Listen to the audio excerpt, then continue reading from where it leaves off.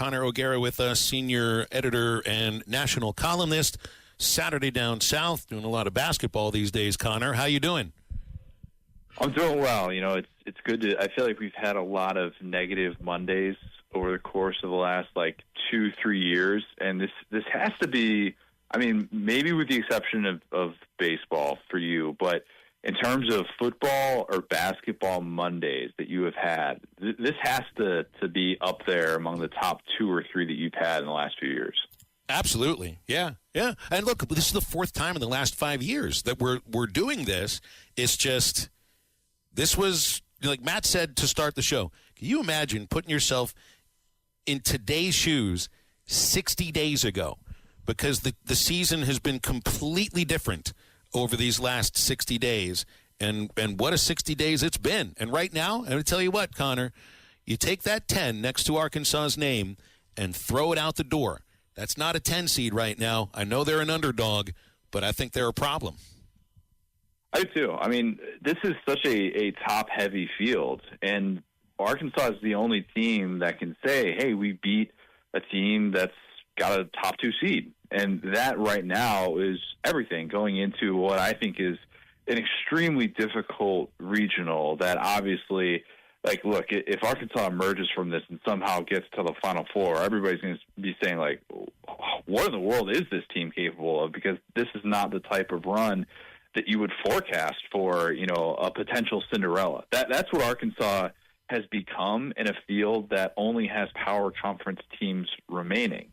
And obviously the fact they're the only double-digit seed left in the field kind of speaks to that. But you're right. Throw out that seed. And you almost also have to throw out the history that you just brought up. And look, I'm one that thinks that needs to be appreciated. We're both Indiana guys. And I think, and I tweeted this out the other day, I mean, think about the fact that Arkansas now has as many Sweet 16 trips in the 2020s as Indiana basketball has in the last 30 years. And that is considered a blue blood. And it kills me to say that as an Indiana grad, but it's true. And you almost have to throw that out as well because of how new this team is. But, yeah, Arkansas has just become this wild card, and it's pretty impossible to ignore. Connor, 7 of the 8 top seeds are left in here. All the number ones are still left in here. Who should be on upset alert? Houston, Purdue, Florida, Maryland. You get Duke in a hot Arizona team right now. Auburn kind of limps in, and Michigan's a weird matchup for them. Is there a number 1 seed that you think could be on upset alert this weekend? Yeah, I think Auburn. I think Auburn loses to Michigan. And I had that in my original bracket. I'm actually doing a repicking of the rest of the NCAA tournament field right now for a story that's going to run tomorrow on SDS. And I'm sticking with that, despite the fact that I think Auburn could have had that turnaround moment that it needed in the middle of the second half against Creighton when Chad Baker-Mazara went down, and they respond in a way that Auburn did throughout the regular season. But, of course, everybody was talking about the 3 losses in their final 4 games entering the NCAA tournament. I think against Michigan, a team that can actually match the size that Auburn has, that's going to be an issue. And I can envision a scenario in which Auburn is taking bad outside shots because their inside guys can't necessarily carve out that space they're used to being able to get. And all of a sudden it turns into, wow, Auburn can't make a shot, and they're enduring a really bad offensive stretch. In Michigan, they just play in these cardiac games. I mean, they play in close game after close game. And I trust them and their ability to close out a game probably more than Auburn's right now. So I think we could be looking at a world in which the top overall seed in this tournament is out in the Sweet 16, much like what we saw 2 years ago when Alabama lost to San Diego State. The SEC matchup is really intriguing. Kentucky-Tennessee. Kentucky will try to go for a 3-game sweep after beating them twice. And, they beat them without Jackson Robinson. They beat him with Jackson Robinson. They beat him with Lamont. They beat him with Lamont Butler. They beat him without Lamont Butler, and they keep continuing to win. How do you see round 3 going? I always hear it's tough to beat a team 3 times, but then you'll see evidence that it does happen.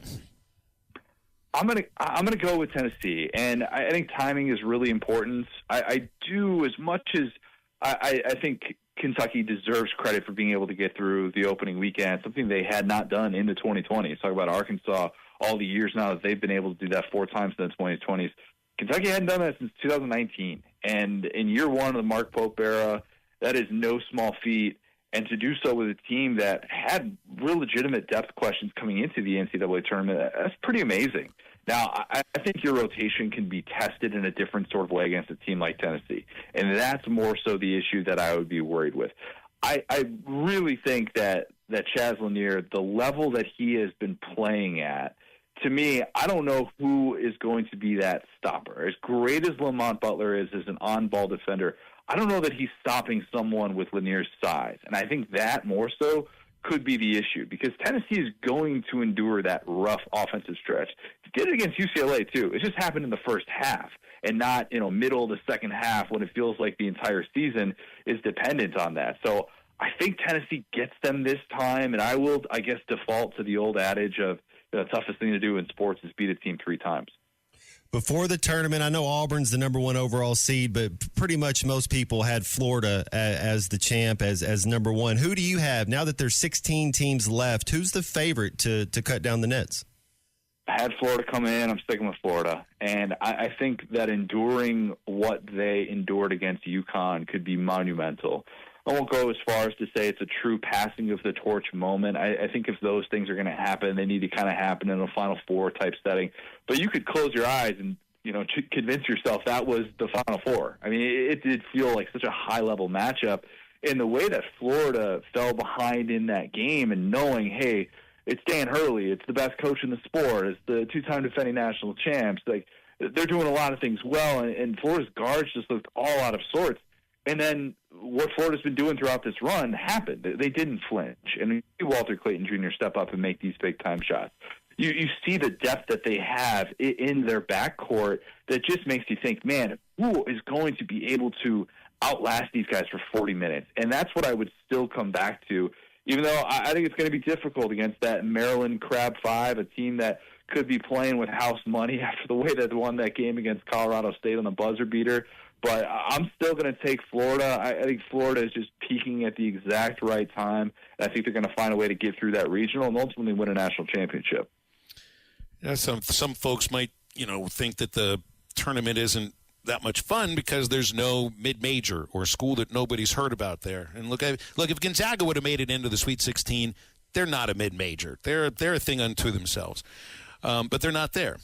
And so it's all Power 4. I think a lot of that has to do with realignment, but the portal is another reason why. But I don't view this as like some death of college basketball. I also view it as a potential one-off thing because this is a sport that can be really difficult to predict when it comes to the tournament, much more so than football when we get to January and you would see like a group of 5 team coming up and playing in the college football playoff. Do you view this as a one-off, or do you think this is something that we'll see more in the future as we keep playing the tournament, even if it expands? I think it's more of a one-off, and I don't think it's necessarily the death of the mid-major in college basketball.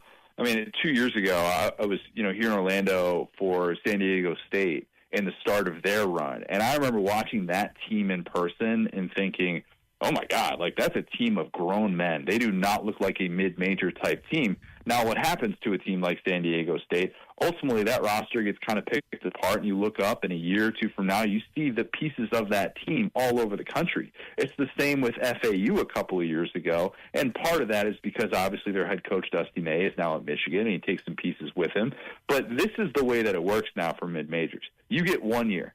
You get that 1 year window. There's no more Butler, Brad Stevens, 2010 type, 2011 type 2 year runs. Your roster is going to get picked apart. And those guys that are able to break through, if you are able to do that, they're ending up on power conference teams the next year. And that's what's changed so much about this sport, is that you could just sit there and pluck these guys and know that you're going to be able to offer the highest bidder. I mean, what did Rick Pitino say about Walter Clayton Jr.? He's like, yeah, I think we offered him like $10,000 to stay at Iona, and Florida came calling. That was all that they could do. I mean, this is the world that we live in now, and it's going to hurt mid-majors, but at the same time, they still have a window. Basketball is too fickle of a sport, and this is too fickle of a tournament to say that that's dead. Connor, Arkansas's matchup with Texas Tech. Now, Texas Tech will have the best player on the floor, and as far as the best pro prospect in J.D. Toppin, he's a walking double-double. How do you see this matchup going? What's a key? What would Arkansas need to do if they want to survive and advance past Texas Tech?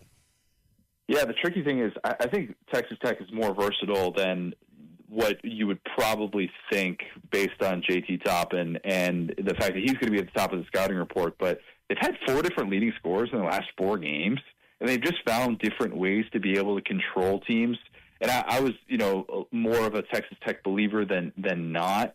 And I do think that right now the difficult thing for Arkansas is going to be finding what does it look like if they run into a team that can actually make shots. Let's be honest. Arkansas's length definitely had something to do with the frustration that St. John's felt in that matchup.